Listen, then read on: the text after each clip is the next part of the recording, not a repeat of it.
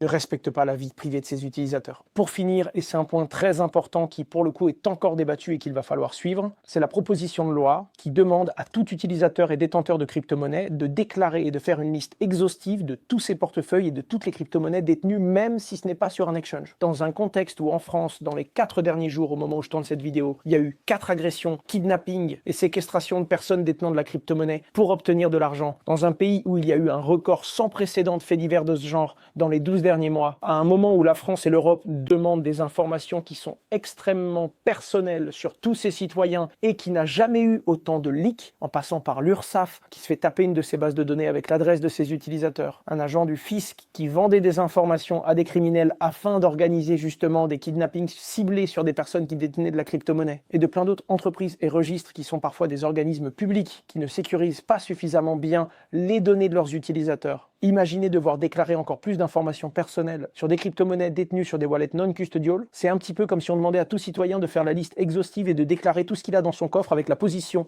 physique du coffre et où est-ce qu'il se trouve. Dans la situation actuelle en France, avec le peu de niveau de sécurité informatique, c'est très compliqué d'imaginer un avenir où les citoyens doivent chaque année toujours donner plus d'informations et de précisions sur ce qu'ils détiennent et où.